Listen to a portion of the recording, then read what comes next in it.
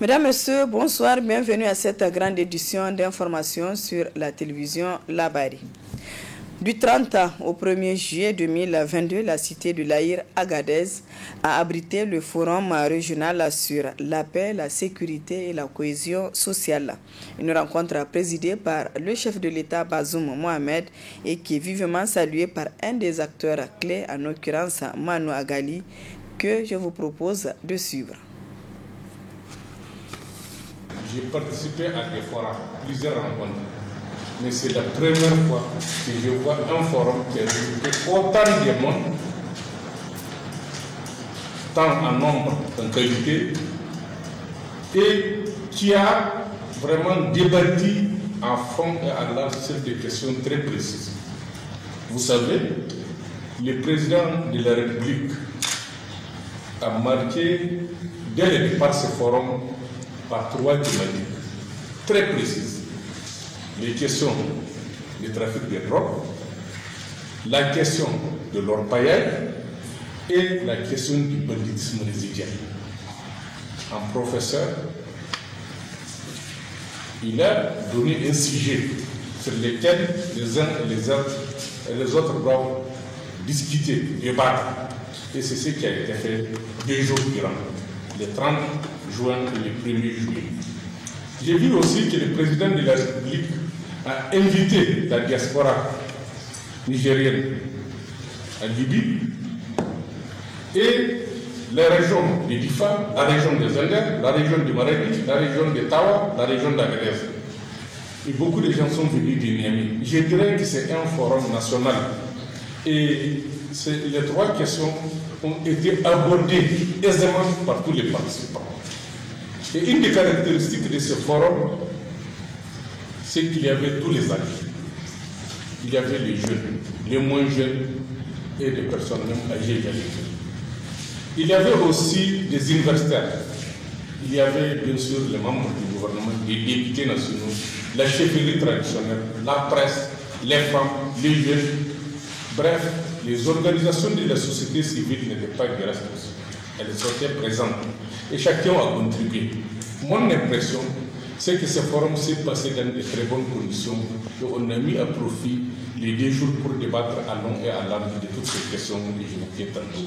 En conclusion, ce que j'ai pu dire, c'est que ce forum a été une réussite. Sur les plans organisationnels, je félicite le comité d'organisation, le comité, le conseil régional d'Agadez, le gouverneur et toutes les personnes qui ont apporté leur contribution. Du point de vue organisation matérielle, ça a été une réussite. Du point de vue des thématiques, ça a été une réussite. Le président de la République a gagné le pari d'avoir réuni tout ce monde et qui ont débattu de long à large de toutes les questions qui concernent la région d'Agadez, les Niger en général. C'est pourquoi nous disons chapeau à tous les organisateurs, puisse Allah fasse que le Niger profite de ce forum, que d'autres forums soient organisés, d'autres forums soient organisés pour le bien de notre pays. Et évitons à tout prix que ce qui est arrivé au Mali arrive ici.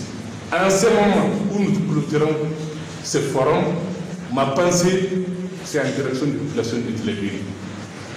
Je pense aux populations de Télébéry qui sont harcelées.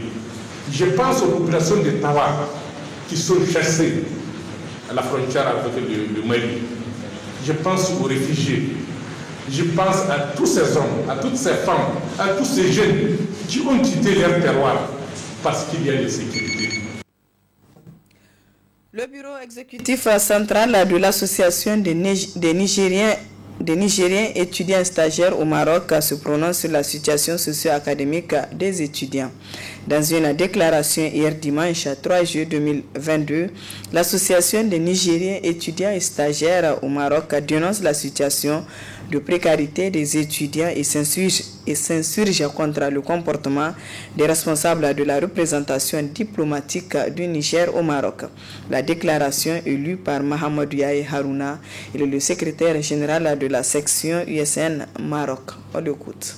L'Union nationale et internationale se rendent compte une bonne fois pour toutes de la situation chaotique dans laquelle nous végétons et de la gravité de la situation au Maroc. L'ANEM interpelle vivement le gouvernement nigérien par rapport à sa responsabilité politique de nomination dont notre ambassadeur, un ex-enseignant du spécial 1, qui n'a aucune maîtrise de la diplomatie, notre attaché académique, un vieux retraité, incompréhensible des problèmes dans lesquels nous végétons et à la solde unique de l'ambassadeur.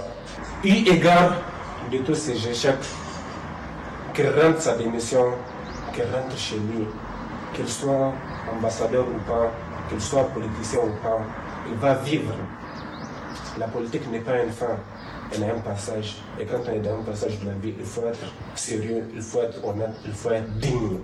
Nous exigeons aux autorités nigériennes, au plus haut sommet de l'État, de suivre de près cette affaire plus que délicate, tout en trouvant une solution urgente dans l'intérêt supérieur de notre pays.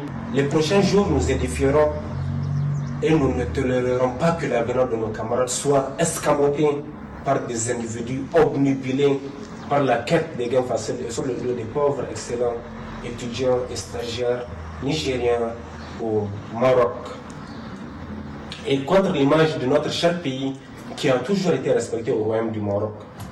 Le comité directeur de l'USN a adressé une correspondance à l'ambassadeur en vain et a même fait une interpellation publique lors de la crise de Lyonout pour le rappeler à l'ordre et le mettre en garde contre toute ingérence au sein de l'USN. L'ambassade devrait être une institution favorable au dialogue et à la compréhension des multiples vicissitudes dans lesquelles végètent les étudiants nigériens au Maroc. Surtout dans un contexte où son Excellence, Monsieur le Président de la République du Niger, fait de l'éducation des élèves et étudiants l'une de ses priorités pour booster éventuellement l'émergence de notre cher pays. Cette déclaration est la 5e de ce genre depuis l'arrivée de ce monsieur. Parlons du sport à présent. Fin hier au stade général Séni Kounché de la 20e édition du championnat national d'athlétisme sur la piste Niamey 2022. Une compétition dont la fédération tire un bilan satisfaisant. Le compte rendu avec Ismaël Moumouni. Durant 3 jours, des athlètes juniors et seniors de 8 régions du pays se sont rivalisés dans diverses disciplines lors du championnat national d'athlétisme sur piste Niamey 2022. Cette 20e édition du championnat national est une réussite pour les initiateurs.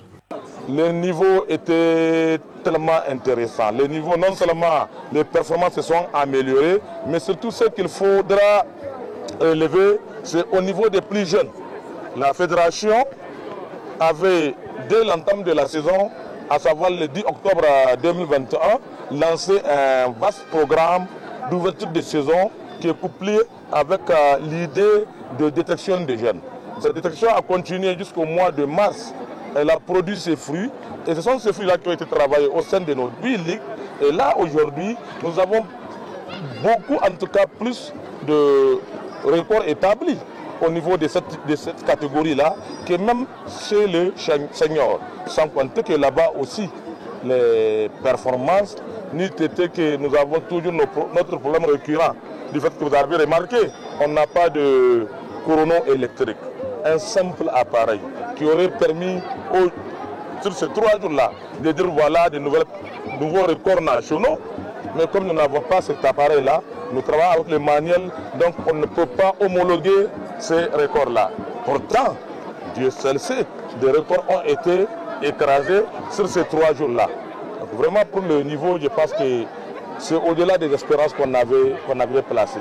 La région de Niamey occupe la première place avec 69 médailles, une immense joie pour le secrétaire général régional de cette discipline. Mon premier sentiment d'abord, je remercie d'abord l'ensemble de tous les sportifs, surtout en particulier les athlètes qui ont défendu vaillamment la région de Niamey.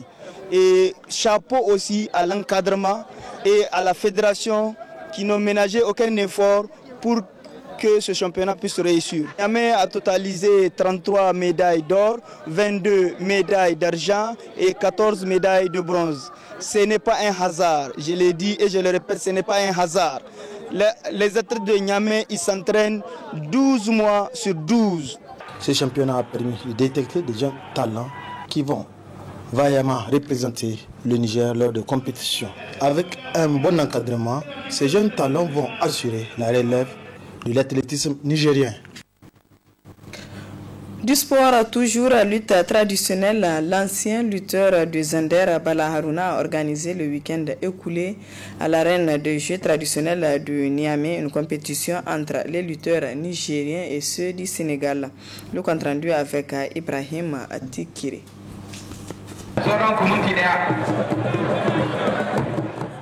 L'arène des jeux traditionnels de Niamey a connu un VSD riche en combats de lutte traditionnelle.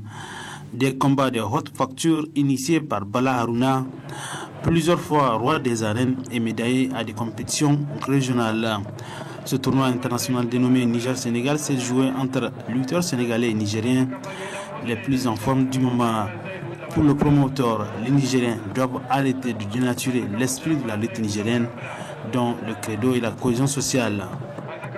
Lalle alhamdulillah yau ina da wata biyu da kwana 10 a Senegal a can da abokina gayyace ni yace to shi babu abin da zai kawo mamu gudunmuwa da shi za su bani yan kokowa guda 4 in zo mi wannan kokowa anan na kuma ce na dauka to abin alfahari da nake da shi ko ba gaskiya ba na farko federaso da na zo na ce zan yi wannan kokowa ta bani goyon baya minister namu na support maka tashi da ni da president na federaso umfana musa maka sami har aburo shi ma ce ya ba mu goyon baya to kira gare ni ga 'yan ƙasa maza da mata duk abin da mutum ya iya akan shi ne yake kawo mu kasar shi gudunmuwa lalle ni kokowa ce na iya kuma akan kokowa zan kawo mu kasa ta gudunmuwa kuma na zo lalle yan kasa suka amshe ta to da wanda muka gyara mare da wanda muka bata mare muna neman ahuwa ga duka yan kasa su yahe mu kuma su ba mu goyon baya ita yan an ce kokowa abu ce mai haɗu da wangon zumunci kenan yau ni da na tsara wannan ban tsara abin nan ba dan da magara ban tsara ba dan doso ko dan maradi ko dan difa ko dan yamai ko dan tawa ko dan agaras ko dan doso ko dan talabiri na tsara shi ne dan yan kasa duka. C'est une fierté d'être là aujourd'hui, le Niger et le Sénégal.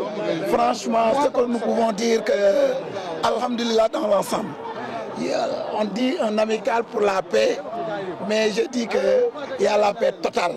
On veut que cette paix-là continue jusqu'à la fin du monde. Franchement, on est content, on est fiers. La manière qu'on nous a accueillis au Niger, rien ne nous manque. Parmi les lutteurs sénégalais qui ont participé à ce tournoi, l'on peut citer Ngel John, Gundian et Hassan Sen. Tous les 4 lutteurs sont de l'écurie Gundian. Côté nigérien, en dehors du champion en titre, tous les autres gladiateurs tels que Zakirou de Tawa, Aïbo de Maradi, Yakuba Adam de Niamey ont répondu présent à l'invitation de Bala Haruna. Parmi les enseignements de ce choc de titans de la lutte nigérienne et sénégalaise, il faut saluer la présence d'un Nigérien dans l'écurie du Sénégal. Son père confirme l'ambition de son enfant de défendre les couleurs du Niger, si bien sûr la Fédération nigérienne de lutte le convoque.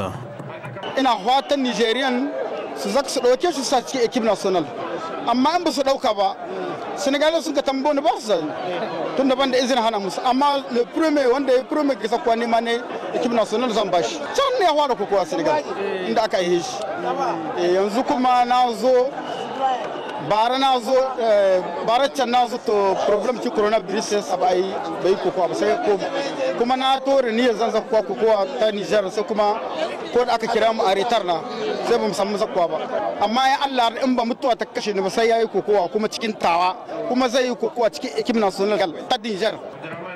C'est donc une première expérience pour l'ancien lutteur Bala Haruna qui a décidé de multiplier ce genre de tournoi de gala entre les lutteurs nigériens et ceux des autres pays où la lutte constitue un grand engouement.